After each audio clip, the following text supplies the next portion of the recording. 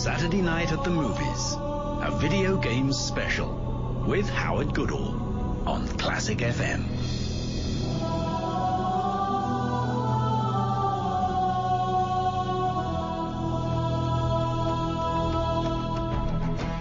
Many thanks, as always, to Alexander Armstrong, and welcome along to our weekly celebration of all things cinematic. Although today, we're returning once again to the fascinating world of video game music. Drum roll there. Regular listeners will know that each show has a different theme, whether it's a genre, composer, or director, for example. But every couple of months or so, I like to turn our attentions to video game scores because, as I've said before, and I'll no doubt say several times throughout the show, the composers of these scores are demonstrating a great deal of creativity in this field, more so than some film composers do. No doubt because they might be given more freedom by the studios in which to be creative. And after all, a lot of the ideas behind the games are extremely imaginative and mind-bending. This evening, we're going to take a look at the best games of 2014, and many thanks if you've already been in touch with your suggestions. This was the most popular choice from those of you who contacted me at ClassicFM.com or on Twitter. World of Warcraft, Warlords of Draenor. And from it, here's A Siege of Worlds.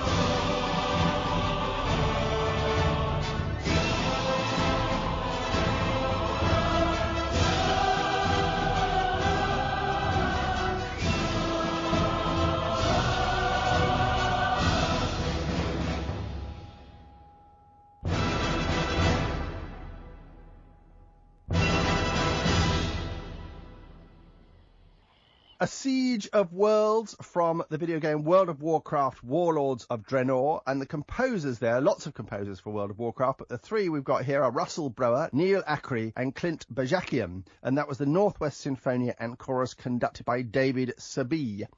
If you're of a certain age like me, you may have thought that music, that epic Carl Orphean music of orchestra and choir, apocalyptic I think you'd describe it, is slightly reminiscent of the music for Ray Harryhausen films of the 1960s, where terrifying special effect monsters and things that crept out of the sea or space came and attacked human beings of various kinds. If you remember the films of Ray Harryhausen, you'll probably remember that they had music a bit like that we just heard in World of Warcraft. Very, very epic, mega orchestra. A lot of people going, and scaring you in a very scary way. Now, I played that especially for Catty Ridsdale in Leeds, who's having a video game special party at her house this evening in honour of this show. Well, we're the ones who are honoured.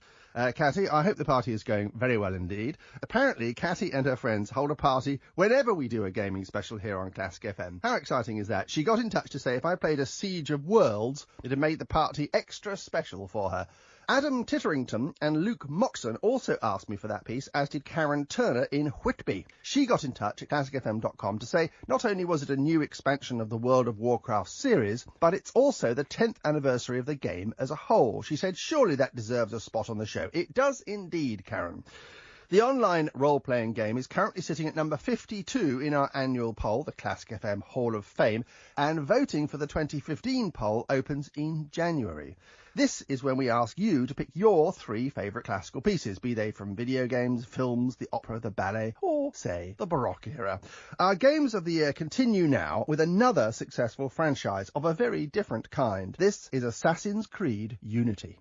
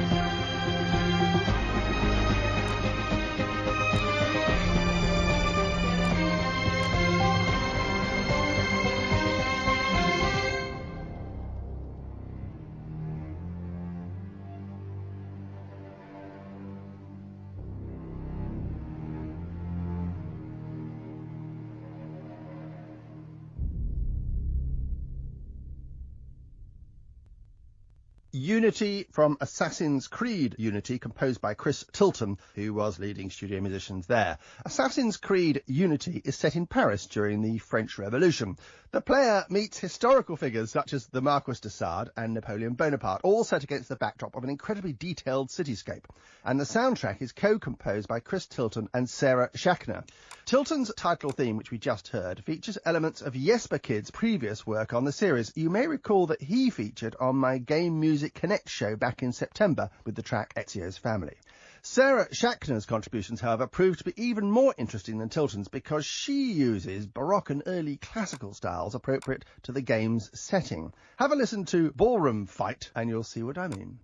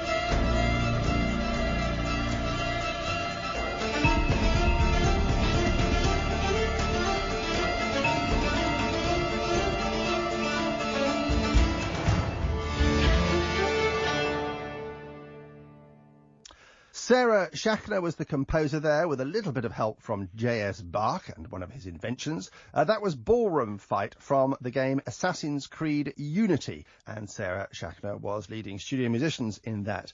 That music is a tribute to the era of Bach, Purcell, Handel, Vivaldi and Couperin, all composers working in the early 18th century, and Assassin's Creed Unity takes place in the late 18th century, so obviously that's one of the reasons that those stylistic associations come into it. I'm Howard Goodall, and this is Classic FM. It is Saturday night at the movies, but we're doing a video game special this evening, the video game scores of the year 2014. And whilst I'm not exactly a gamer myself, in fact I'm not at all a gamer myself, I'm very interested in the music for these games, and I find that the wealth of imagination and the stylistic span of what these composers are up to is rather admirable and very interesting for me, from my point of view as a composer. I'd also like to say quite a few of these game composers are women, and I'm very glad to see that. I know there's a slight thing about games being maybe more boys than girls, but I think it's very good that there are so many women composers working in the games industry. I'm sure there'll be more as time goes on.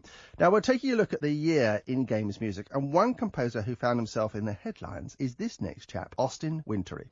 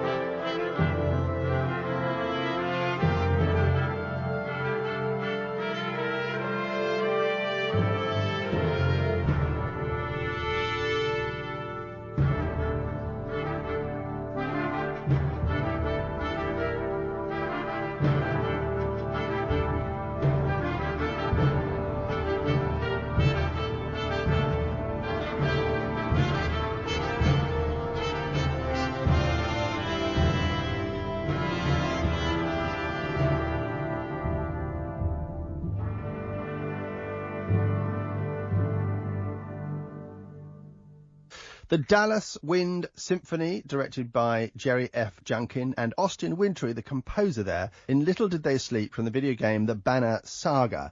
Wintory was the first games composer to receive a Grammy nomination in the category of Best Score Soundtrack for Visual Media back in 2012 for the game Journey, alongside film scores including Hans Zimmer's The Dark Knight Rises and Howard Shaw's music for Hugo.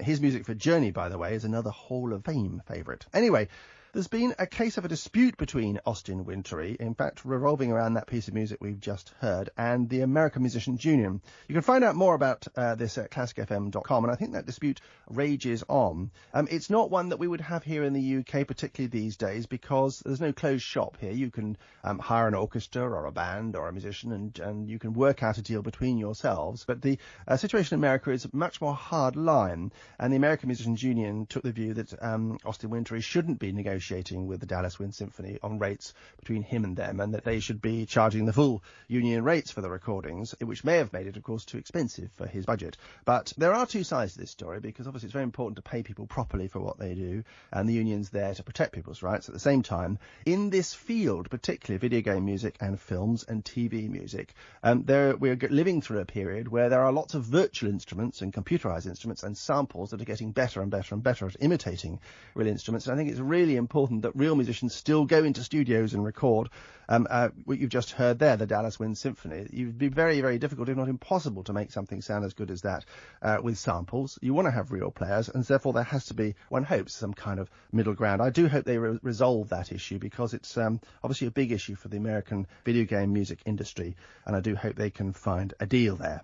Now, I'm Howard Goodall, and still to come, Fantasia Music Evolved, along with more of your suggestions for the best game music of 2014. And next, Sir Paul McCartney. Yes, Macca himself. Saturday Night at the Movies, a video games special. On Classic FM.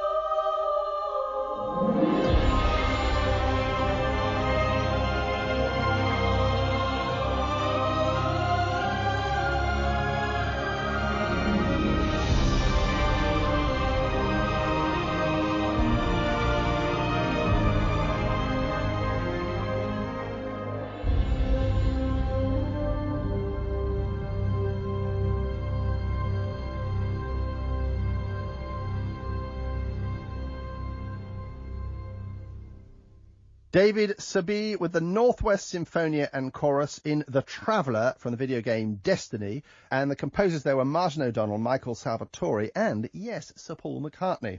One of the biggest games of 2014, Destiny ranked up $325 million in its first 5 days alone. I'm in the wrong business.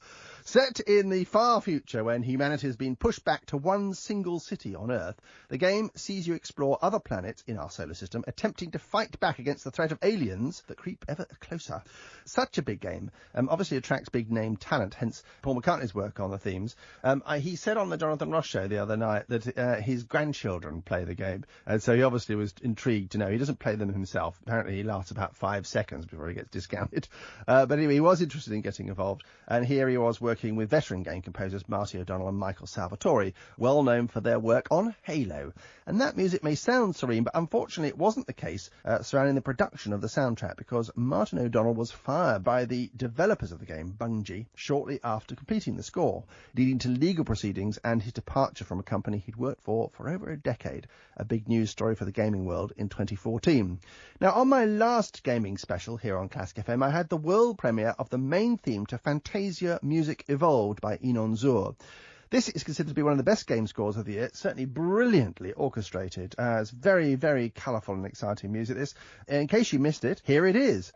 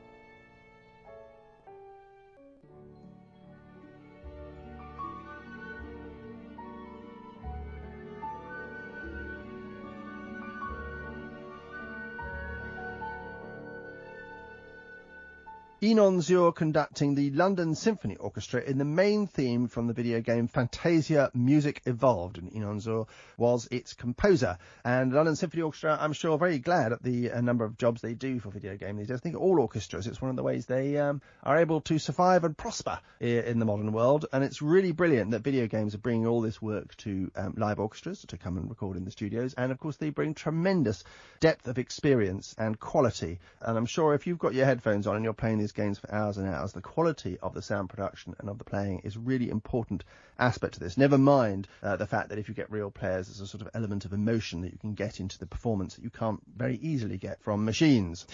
Now, this game, Fantasia Music Evolved, places you in the role of apprentice to Yen Sid, and it combines all genres of music, from pop hits to classical, allowing the player to change the musical styles through motion controls. So, if you've ever wanted to hear orchestral renditions of Blue Monday by New Order, this is the place to find it. Now, our Games Music of 2014 special continues now with another of your requests. Both Pete Allen in Ashbourne and Steve Vancouver in London contacted me at ClassicFM.com to ask for Aurora's theme from Child of Light. Here it is.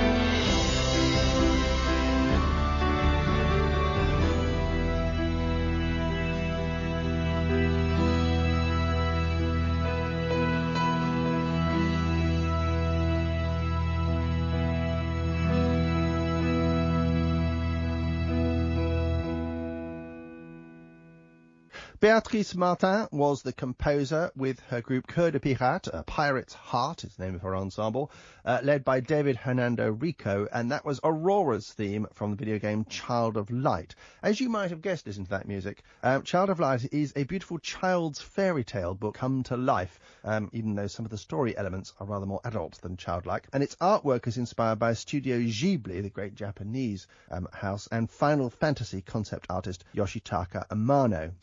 Peter Allen in Ashbourne requested that, saying the simple piano melodies really build the fairy tale world the game is selling to you. Steve Vancouver in London also asked for it on the show on Classic FM, telling me there are some great string and piano themes within this score, especially Aurora's theme for the main protagonist, which fits the setting, mood and watercolour art style of the game. This next piece from the video game The Vanishing of Ethan Carter I really like. It's haunting, shimmering and impressionistic sound. It's very unusual and intriguing orchestration, the way that sounds have been mixed and mangled together. Extremely high production values. It's beautifully recorded and conceived this. It's called The Valley of the Blinding Mist from The Vanishing of Ethan Carter, and the composer is Mykolai Stroinsky.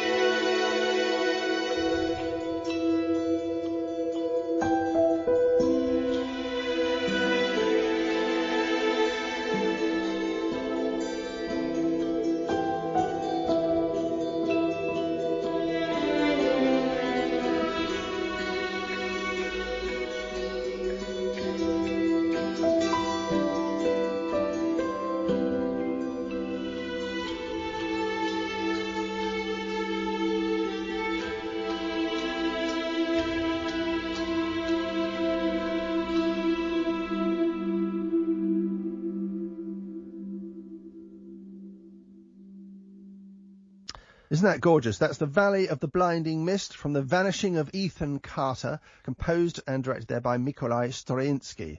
That's another smaller game, The Vanishing of Ethan Carter, from an independent studio. It's a rather dark tale of a detective with paranormal abilities on the trail of a missing boy.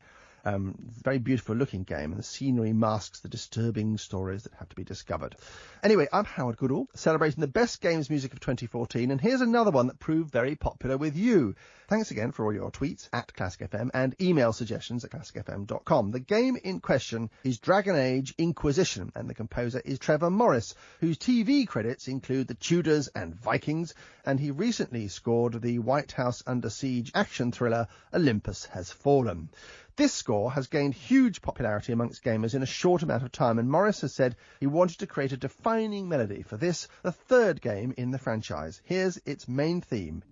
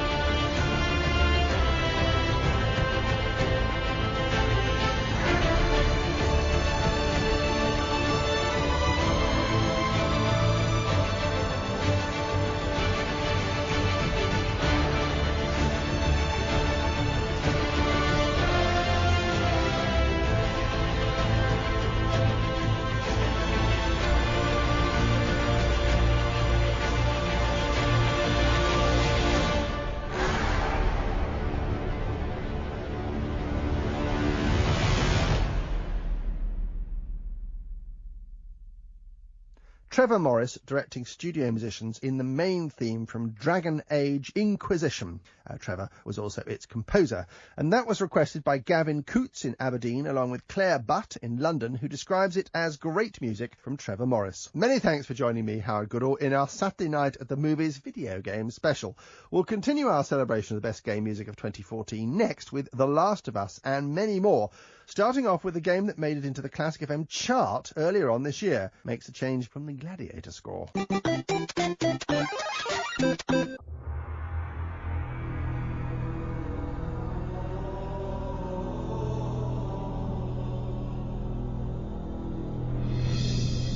Saturday Night at the Movies, a video games special with Howard Goodall on Classic FM.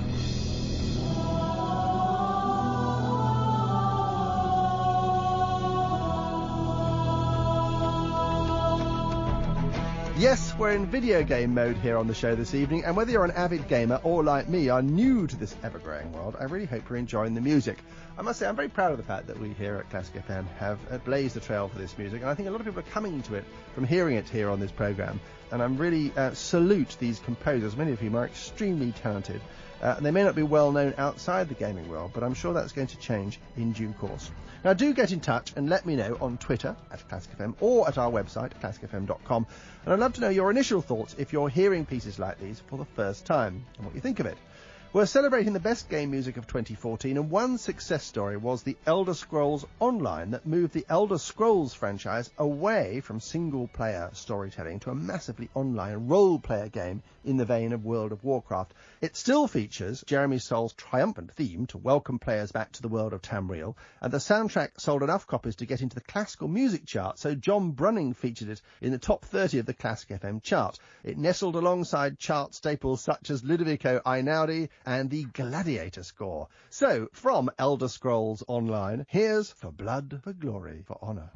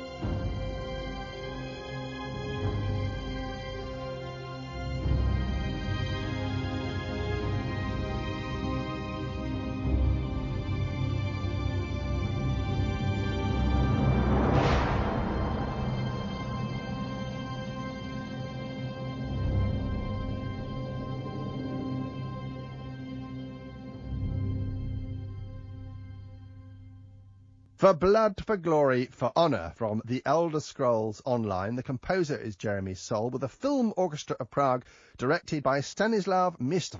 I'm Howard Goodall, and now on our gaming special, it's time to head off into outer space with Civilization Beyond Earth, as chosen by Joshua Williams in Altrincham, who sent me loads of great suggestions via ClassicFM.com. He describes this as a grand and sweeping piece of music. It's called The Seeding, and I think you can hear here the influence, a huge influence of that man Hans Zimmer, Ghost in the Works there, because of the driving quavers in the strings. And behind that, you've got a big and lush unfolding landscape of suspended chords, one after another. I could go into a little tutorial about what a suspended chord is, but basically it's when a note that belongs to one chord hangs over into the next chord and then has to be resolved to fit the new chord. And this goes on and on and on. It's a technique that Bach does absolutely brilliantly in all his harmonizations. And here you're going to hear Jeff Knorr doing this with a series of suspended chords. Listen out for the way that notes belong to one chord hang on into the next one.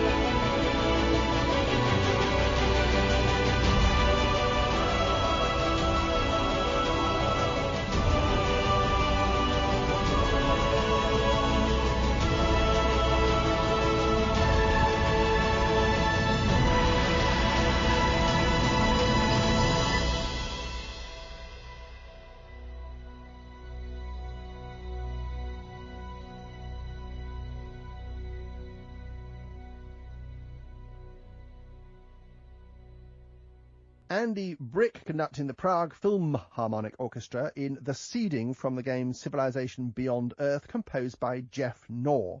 Now, the composer Grant Kirkhope, featured in our Hall of Fame no less than 3 times with his scores to Banjo-Kazooie, Kingdoms of Amalur and Viva Pinata, also contributes to the score to Civilization Beyond Earth. I thought I'd play one of his pieces from it, particularly seeing as regular listener David Hand also got in touch at ClassicFM.com to ask for it. This is The Signal on Classic FM.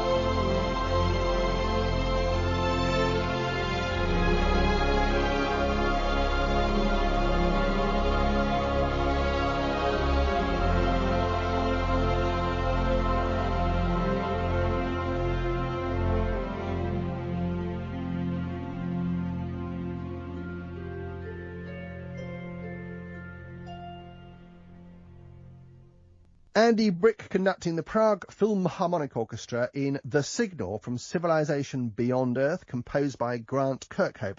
And if you've just tuned in, Civilization Beyond Earth is a video game, and you're listening to Classic FM, and Saturday Night at the Movies has been taken over by our Video Games of 2014 special. I mentioned earlier about composers who write both for films and video games, and our next one is no exception. He's done pretty well in the world of movie music, winning no fewer than 2 Oscars for Best Score for Babel and Brokeback Mountain. He's the Argentine composer Gustavo Santaolalla, and in the last 12 months or so he's also scored the animation The Book of Life and one of the big Oscar contenders back in February, August Osage County.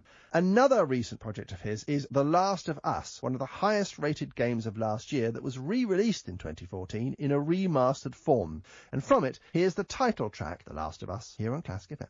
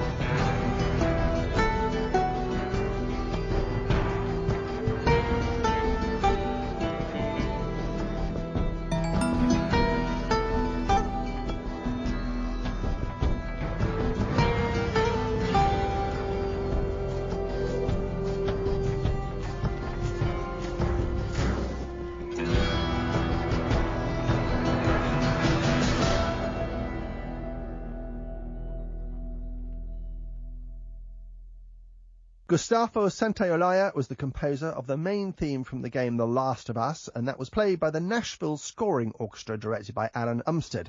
That game won at this year's BAFTA Awards for Best Game, Best Action and Adventure Game, Best Story, Audio Achievement, and for Ashley Johnson's performance as one of the main characters, Ellie. That's, I think, what you call winning big. And that was also one of the many scores suggested by listener Thomas Bates in St Albans. Many thanks for getting in touch at ClassicFM.com. I'm Howard Goodall, and we've got plenty more games of 2014 to squeeze in before Alex James's date night at 7. Next up, Valiant Hearts: The Great War. This was released to coincide with the centenary of the beginning of World War I. It's a puzzle game designed to educate as much as entertain.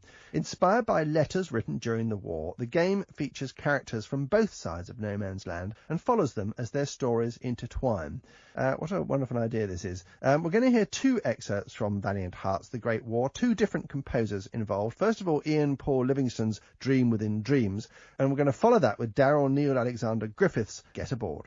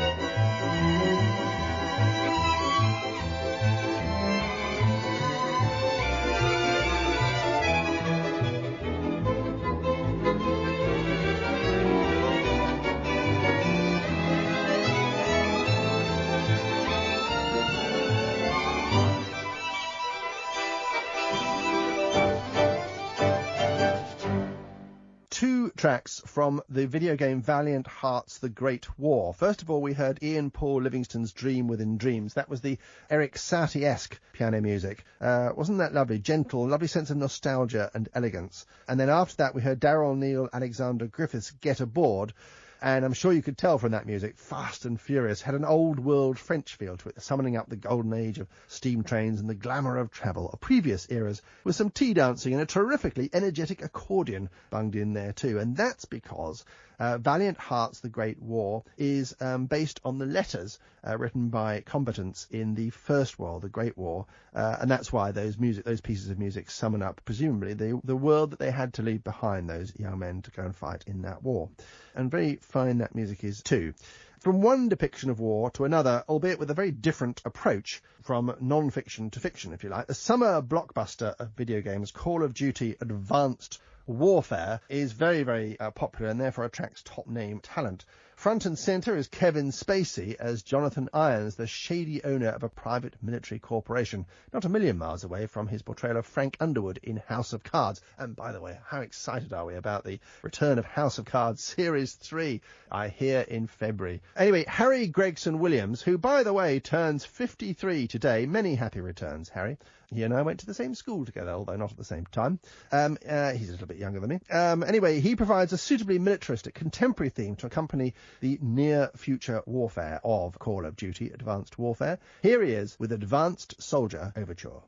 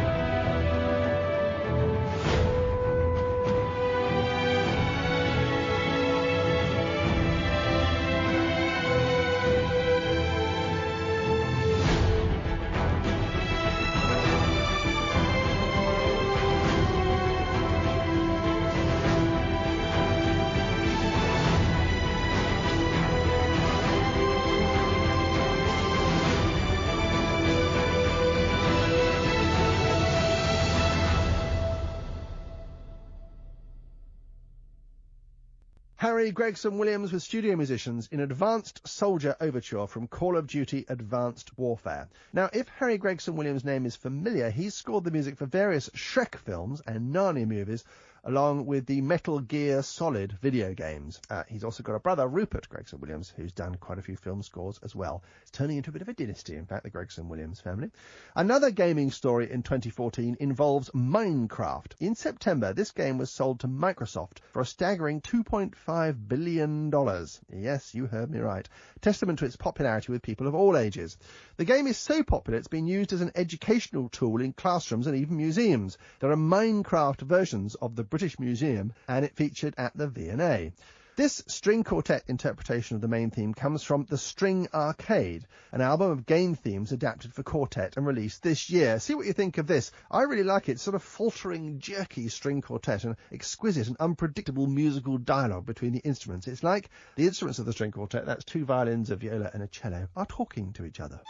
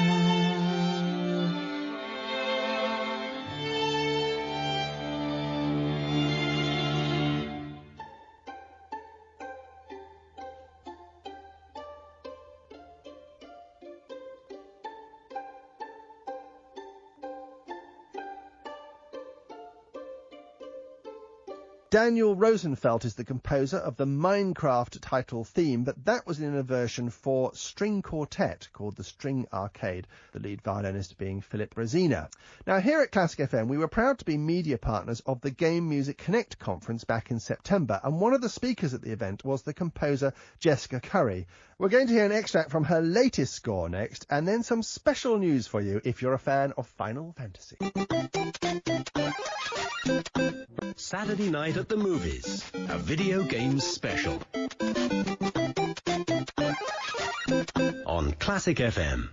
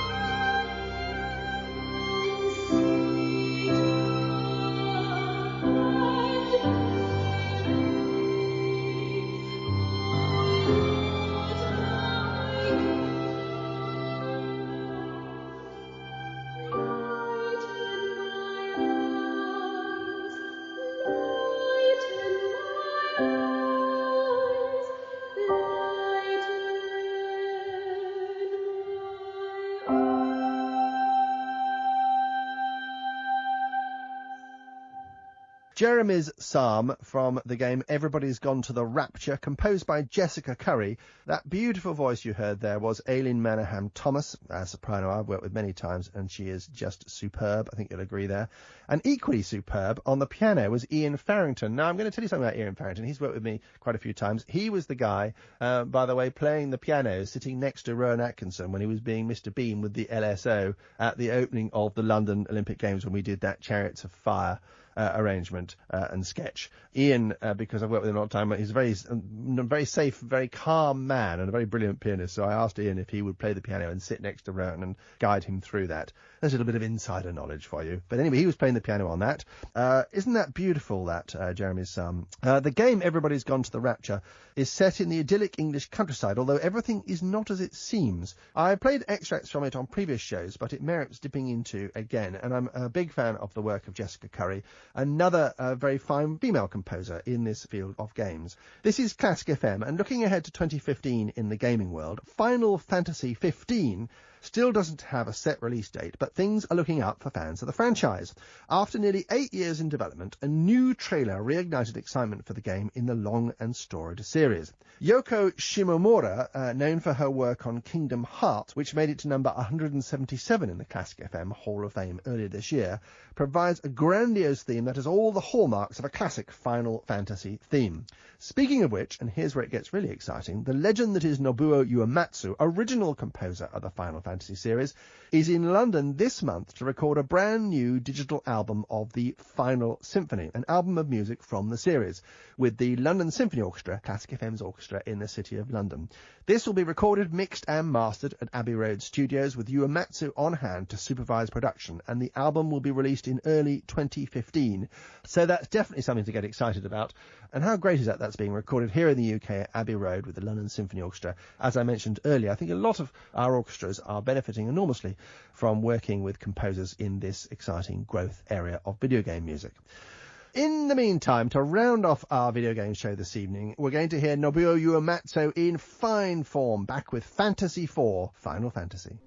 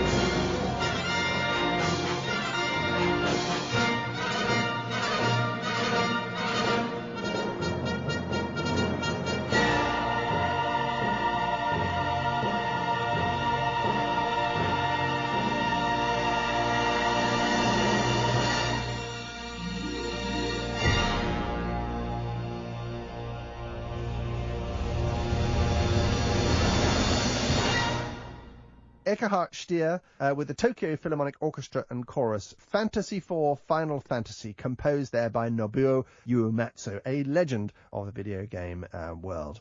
Now, many thanks for joining me on Classic FM this evening. I really hope you've enjoyed the music and that you'll let me know what game music you want to hear more of when we next return to video games. I'll be back next Saturday from 5 with a look back at 2014 in the world of cinema, including the big anniversaries and award winners, and we'll also pay tribute to some of the screen icons who we've lost over the past 12 months.